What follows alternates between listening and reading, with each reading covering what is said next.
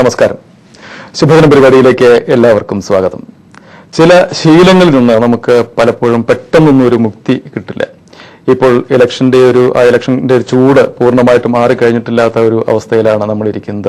ഇലക്ഷനുമായി ബന്ധപ്പെട്ട ഒരു ശീലത്തിന് നമ്മൾ ഇപ്പോൾ ഏതാണ്ട് വിധേയരായിക്കൊണ്ടിരിക്കുകയാണെന്ന് തോന്നുന്നു. കാരണം ഇലക്ട്രോണിക് വോട്ടിംഗ് യന്ത്രം വന്നപ്പോൾ നമുക്ക് ഒരുപാട് സംശയങ്ങളുണ്ടായിരുന്നു.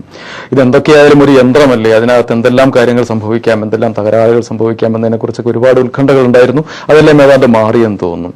പക്ഷേ ഈ രംഗത്ത് ഒരു പടി കൂടി മുന്നോട്ട് കടന്ന ഒരു കണ്ടുപിടുത്തവുമായിട്ട് ഒരു ചെറുപ്പക്കാരൻ രംഗത്ത് വന്നിരിക്കുന്നു, MG ഗിരീശൻ.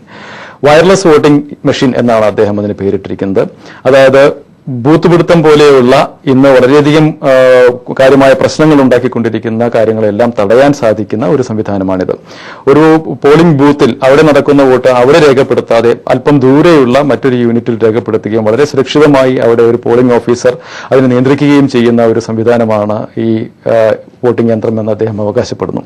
ഈ കാര്യത്തെക്കുറിച്ച് കൂടുതൽ വിശദമായിട്ട് ഗിരീശൻ നമ്മളോട് സംസാരിക്കും. ഇതുകൂടാതെ ഏതാണ്ട് 10-25ഓളം കണ്ടുപിടുത്തങ്ങൾ ഈ പ്രായത്തിനകം നടത്തിയിട്ടുണ്ട്. ശ്രീ ഗിരീശനെ നമുക്ക് ഈ ശുഭദിനത്തിലേക്ക് സ്വാഗതം ചെയ്യാം. നമസ്കാരം.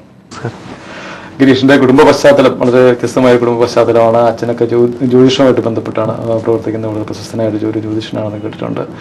പിന്നെ ഈ ഇലക്ട്രോണിക്സിലേക്കുള്ള താല്പര്യം മറ്റാരെങ്കിലും പ്രചോദനമായിട്ട് കുടുംബത്തിലുണ്ടായിരുന്നു, അതെല്ലാം പുറത്തുനിന്നുള്ള ആരെങ്കിലും പ്രോത്സാഹിപ്പിക്കുക, എങ്ങനെയായിരുന്നു ഈ രംഗത്തേക്കുള്ള ഒരു താല്പര്യം? ഉണ്ടായിരുന്നു. ഇലക്ട്രോണിക്സിൽ എനിക്ക് നേരത്തെ താല്പര്യം ഉണ്ടായിരുന്നു. അപ്പോൾ അച്ഛൻ തന്നെ നല്ലൊരു പ്രയോജനമായിരുന്നു. അതായത് ഇതിനെപ്പറ്റി എന്ത് കാര്യം ചെയ്യണമെന്ന് പറഞ്ഞാലും അത് സമ്മതിക്കുമായിരുന്നു. അതുപോലെ അച്ഛൻ്റെ ഒരു അനിയനുണ്ട്, BPL കമ്പനിയിലെ ഉദ്യോഗസ്ഥനാണ്, കോയമ്പത്തൂർ ജോലി ചെയ്യുന്നു. അദ്ദേഹമാണ് എന്നെ ഇലക്ട്രോണിക്സിൽ ആദ്യം എന്ന് പറയാൻ ഒരു 7-8 കൊല്ലത്തിന് മുമ്പ് ഇലക്ട്രോണിക്സിൽ ആദ്യം കയറാൻ, അതായത് പറഞ്ഞു തരാൻ